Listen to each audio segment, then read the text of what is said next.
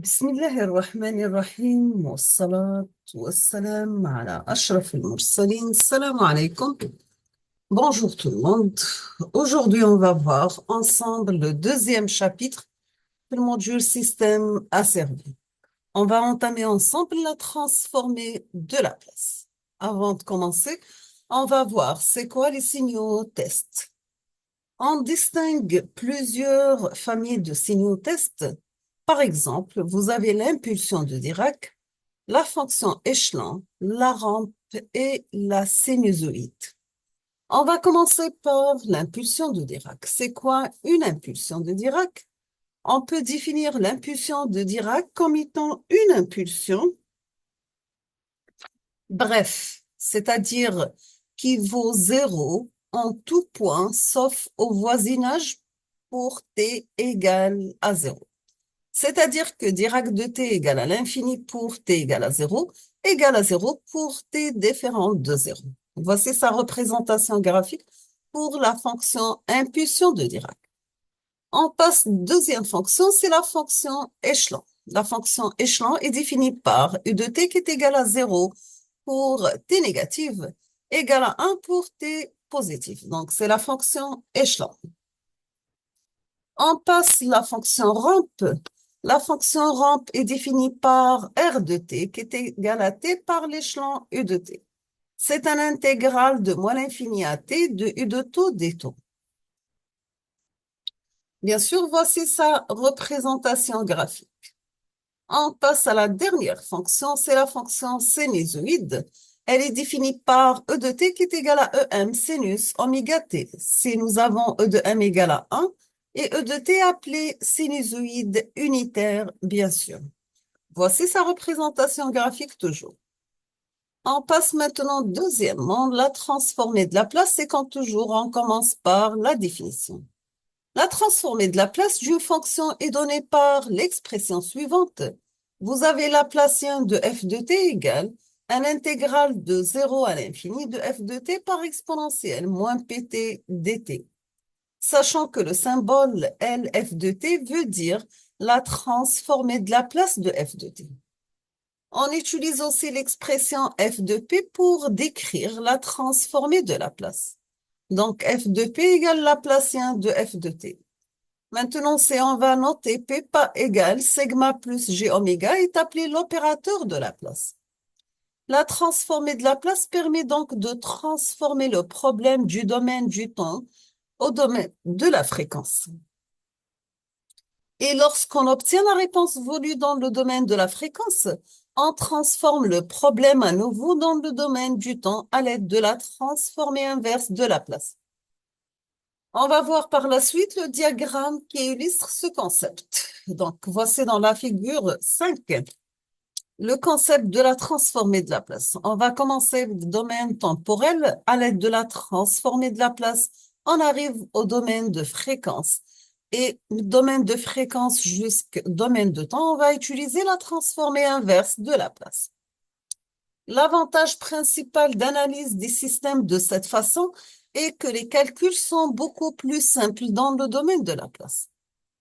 Maintenant, dans le domaine de Laplace, les dérivés et les intégrales se combinent à l'aide de simples opérations algébriques. Pas besoin d'équations différentielles.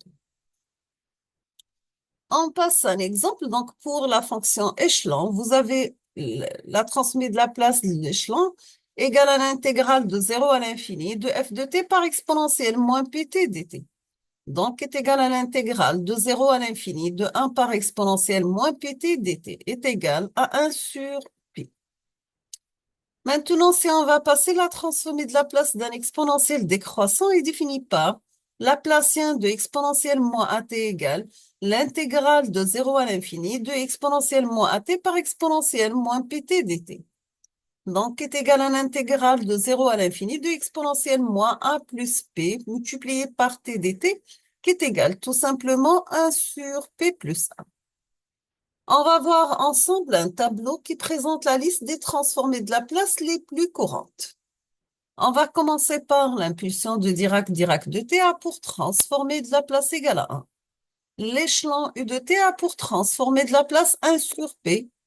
La rampe t u de t A pour transformer de la place 1 sur P au carré. Le polynôme, d'une façon générale, t d'ordre n par l'échelon u de t égale à n factoriel divisé par p à la puissance 1 plus 1. Pour l'exponentielle, nous avons exponentiellement at par l'échelon u de t, a pour transformer de la place 1 sur p plus 1. Pour la fonction cosinus, donc cosinus oméga t multiplié par l'échelon u de t, c'est-à-dire causal, a pour transformer de la place p sur p au carré plus oméga au carré. Le sinus oméga t par l'échelon u de t a pour transformer de la place oméga sur p au carré plus oméga au carré. Le cosinus amorti, donc exponentiellement at par cosinus oméga t, a pour transformer de la place p plus a divisé par p plus a au carré plus oméga au carré. On arrive à un sinus amorti, donc exponentiellement at sinus oméga t a pour transformer de la place oméga sur p plus a élevé au carré plus oméga au carré. On passe maintenant aux propriétés. Nous avons que la transformée de la place a plusieurs propriétés intéressantes qui rend le calcul de fonctions complexes plus simple. On note entre autres la linéarité, la dérivée, les théorèmes des valeurs finales et initiales. Voici un tableau qui montre ces propriétés. Nous avons Laplacien de f de t qui est égal à f de p qui est égal à l'intégrale de 0 à l'infini de f de t exponentielle moins pt dt. Donc ça, c'est la définition. Pour la linéarité, nous avons Laplacien de kf de t égal à kf de p. Toujours avec la linéarité, nous avons Laplacien de f1 de t plus f2 de t est égal à f1 de p plus f2 de p. On passe maintenant la translation. Nous avons Laplacien de exponentiellement at f de t égale f de p plus 1. Pour le retard temporel, nous avons Laplacien de f de t moins taux égale à exponentielle moins pt, p taux f de p. Pour la dérivée, nous avons la dérivée nème de f par rapport à t est égale à p d'ordre n f de p.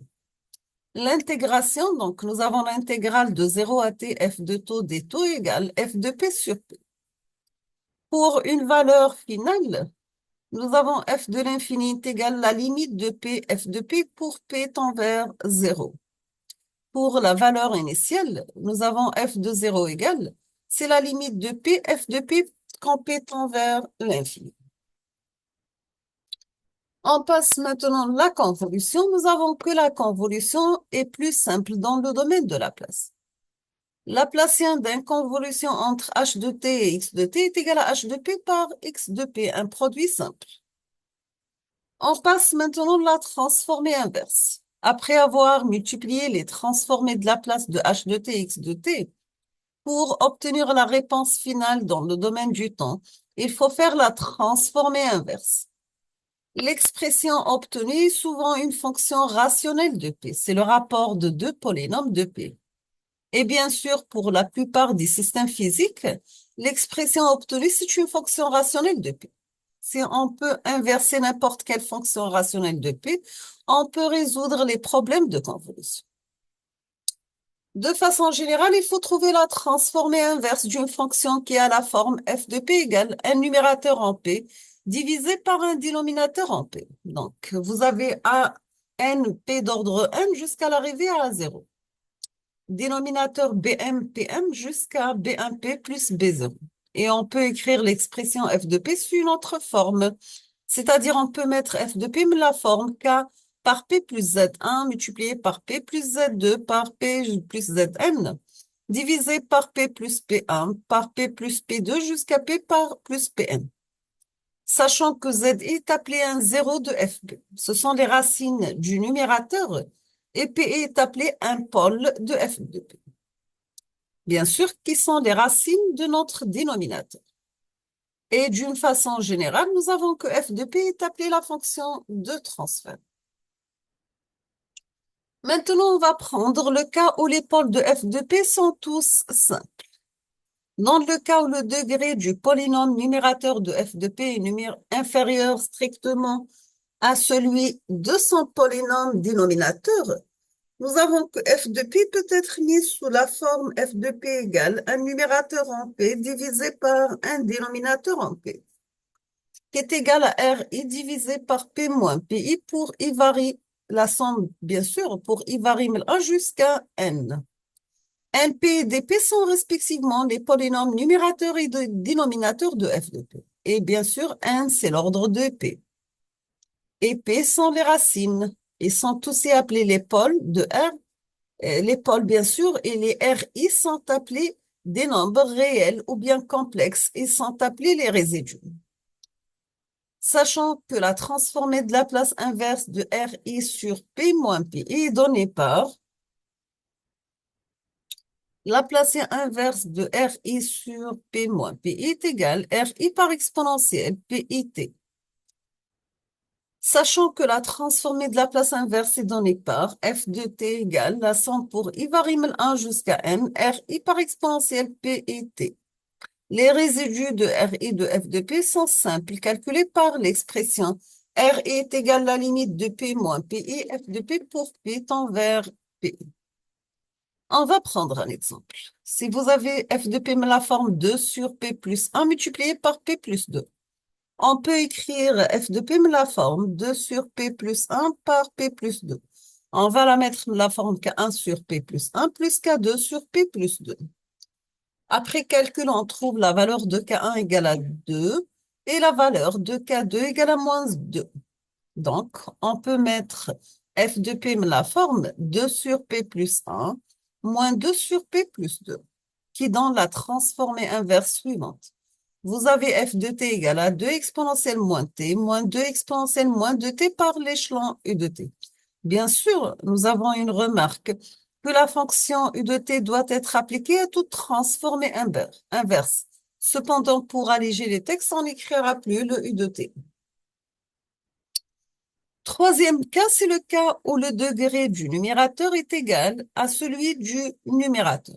Bien sûr, lorsque le degré du numérateur n'est pas inférieur à celui du dénominateur de la fonction, la décomposition en éléments simples ne peut pas être effectuée.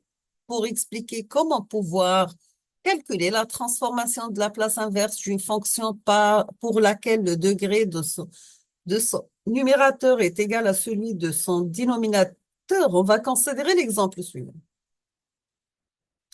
Vous avez f de p égale à 2p carré plus 8p plus 5 divisé par p au carré plus 3p plus 2. Donc, égale 2p au carré plus 8p plus 5. Le tout divisé par p plus 1 par p plus 2. Le degré du numérateur de f de p étant égal à celui de son dénominateur. Et afin d'effectuer la f de t décomposition en éléments simples, bien sûr, on doit d'abord effectuer une division euclidienne de son numérateur sur son dénominateur, bien sûr. On obtient dans ce cas f de p la forme 2 plus 2p plus 1 divisé par p au carré plus 3p plus 2. On peut la mettre la forme 2 plus 2p plus 1 divisé par p plus 1 multiplié par p plus 2. Et on peut, dans ce cas, décomposer en éléments simples comme suit. On obtient f de s égale 2 moins 1 sur p plus 1 plus 3 sur p plus 2. Et on obtient à la fin que la transformée de la place inverse est donnée par f de t égale à 2 Dirac de t moins exponentielle moins t plus 3 exponentielle moins 2t. Dirac de t représente la fonction impulsive. Troisième cas, c'est le cas où f de p admet un pôle multiple. On suppose que l'ordre de multiplicité de ce pôle est égal à m. Dans ce cas, f de p est écrit sous la forme suivante. Donc, f de p est égal à une somme pour i varie 1 jusqu'à n moins m, ri sur p moins pi plus c0 sur p moins p0 à la puissance m jusqu'à cm sur p moins p0. Il faut noter que dans ce cas aussi, f de p est décomposé en un terme, puisque le degré de son dénominateur est égal à n. Et la transformation de la place inverse des termes simples est de la forme RI exponentielle PIT. Donc, dans ce cas, la transformée inverse est calculée par la formule suivante. Donc, et les coefficients C sont calculés comme suit. Donc, C0, c'est P moins P0 d'ordre M, F de P. On va remplacer P par P0. C1, c'est la dérivée première. C2, 1 sur 2 factoriel, la dérivée seconde par rapport à P carré. Donc, la même chose, CI, c'est 1 sur I factoriel, la dérivée énième par rapport à P toujours, et on va remplacer P par P0. On termine avec un exemple. Si vous avez F de P, la forme P moins 2 sur P cube plus 5P au carré plus 8P plus 4. Donc, est égal à P moins 2 divisé par P plus 1 multiplié par P plus 2 élevé au carré. On va mettre F de P, la forme R1 sur P plus 1 plus C0 sur P plus 2 élevé au carré plus C1 sur P plus 2. On va calculer R1, C0 et C1. Et on trouve à la fin la transformée de la place inverse, mais la forme F de t égale à moins 3 exponentielle moins t plus 4t exponentielle moins 2t plus 3 exponentielle moins 2t. On termine avec le dernier cas, c'est le cas où f de p admet deux pôles complexes. Lorsque la fonction f de p possède un pôle complexe, il est évident qu'elle ne possède que deux pôles complexes conjugués. Dans ce cas, au lieu de décomposer en éléments simples comme dans le cas de pôles réels simples, il est recommandé de procéder comme suit. Pour illustrer les méthodes, on va considérer l'exemple numérique suivant.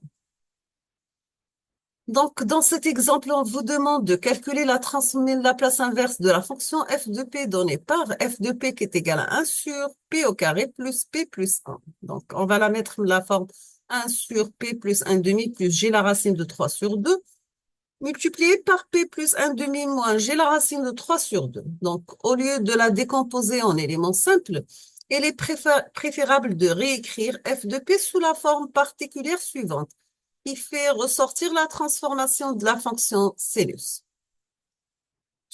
Donc, f de p égale à 1 sur p plus 1 demi élevé au carré plus la racine de 3 élevé au carré.